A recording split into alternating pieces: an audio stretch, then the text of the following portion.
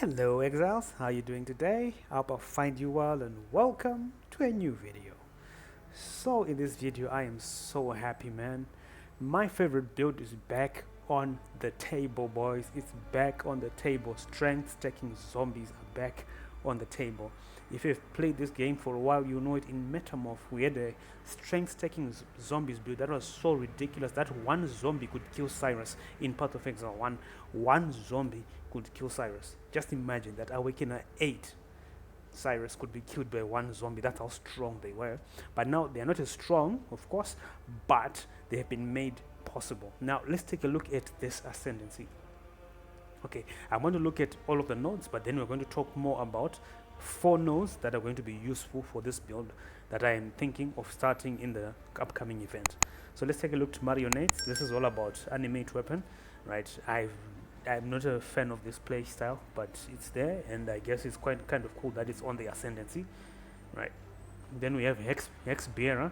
You can apply an additional curse. Hex is transferred to all enemies within 3 meters when hexed enemy dies. So this would work well with that Asnat's Gentle Touch glove. This would work definitely well, where it spreads the curses, which means that the explosions can also spread with the curse, I believe. So that's a good node. Enervating presence. Nearby enemy monsters have at least 20% of life reserved. That's basically reverse call. Interesting, but that's not interesting for what we want to do. Marination. Gain 20% of maximum life as extra energy shield. Minions gain 20% of maximum life as extra energy shield. This, if you're going for a low life build, this would be very, very powerful. And then we have Putrid Conscription. Your minions spread caustic ground on death, dealing 30% of their maximum life as chaos damage per second. I guess this would work with popcorn SRS, exploding SRS. This would work well with that, I guess. But you'll be doing chaos damage, not physical damage or fire damage as we normally do. So now let's get into the good thing, the great thing. Firstly, flesh puppets plus 4 to level of all raised zombie gems. 25% increased raised zombie size. This is huge.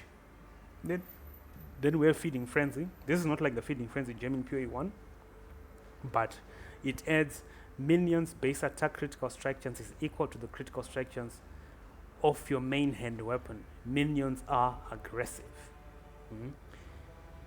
Minions are aggressive. This line alone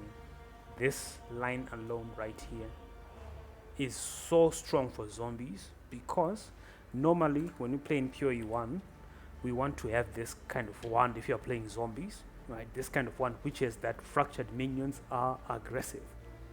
Okay, and the +2 and the minion damage, minion attack and cast speed and trigger spells. This is a pretty good one that I made in the previous league, and I think I'll be trying to make something similar but without the minions are aggressive, because we are getting minions are aggressive from our Ascendancy, boys. Let's go. This will make our zombies more aggressive, and they will attack further out enemies. You know, they won't be just standing there looking stupid. Then we have half of your strength is added to your minions and 25% increased strength. This half of my strength being added to my minions gives them a lot of HP, meaning our animate guardian could go up as much as 200,000 HP with this. This in conjunction with the Baron Claw's helmet, right? Half of your strength is added to your minions here as well.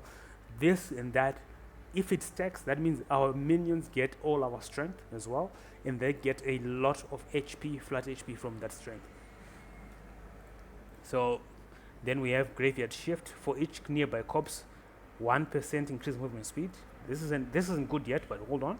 Raise zombies does not require a corpse, meaning you can raise your zombies anywhere without corpses. Your raised zombies count as corpses. This is where it gets interesting, because if we have, say, 18 zombies, because we are strength stacking, and we'll get into that later, but if we have, say, 15 zombies, you get 15% increased movement speed. This will help us a lot if we go strength stacking and we are using the Alberon's Warpath Soldier boots, because these boots have only 20% increased movement speed. I think it can go up to 25 if I'm not mistaken.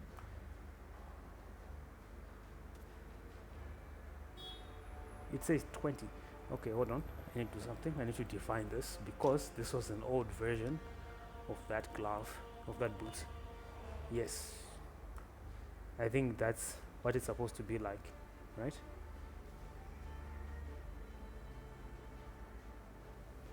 Yep, like that. I don't think that's what it's supposed to be like. It's supposed to have some nodes, but we'll get into that later. But anyway, this boost we are mainly wanting it for 18% of strength, right? And then we have 25% increased movement speed from this boost, which is a little bit, well, not just a little bit, but a lot too little. So what we gain from this node, we gain about 15% increased movement speed, which gets us up to 40% increased movement speed just from the Ascendancy and our boots. And then we'll obviously have haste, and we'll probably have a little bit more race zombies, maybe up to 20 race zombies. We'll get into that just now. Now, let's take a look at how I think we can put this build together. Let's jump into the game. Okay, so firstly, we have Sakawal's Nest. This is what I think is a very good contender for the chest piece for Strength Stacker, because we have plus 70 up to plus 75 for 4 attributes. That's just strength, dexterity, and intelligence. And we have up to 20% increase in mana reservation efficiency of skills, which will make us be able to equip more auras. And then we have increased effect of aspect of the avian buff effect. We'll get into that, what that does. And then aspect of the avian also grants avian's might and avian's flight to nearby allies. Avian's flight increases movement, action speed for our minions, right, and for us as well. That means we have more movement speed when it's active. And then Avian's might increases our minions gain double damage, just to do double damage, right? So those two alone are very strong for our minions. And the fact that they're getting 100% increased effect of the Avian buff effect, that's really strong from this body armor. Also, we want to corrupt it for +2 level of all minions, not A or E gems. This is something that I just had in standard to put together and show you guys this video. Then we want the basic amulet we want is in Astra Mentis, and don't worry, Astra Mentis in PoE 1 is dirt cheap, unlike in PoE 2, so it's not a couple hundred divines, probably a divine when the league starts, and then it goes down most likely. But this is dirt cheap in PoE 1. Then we have the Baron Claws helmet, which is the center of this build, because it has a one line that says +1 to maximum number of raised zombies per 500 strength.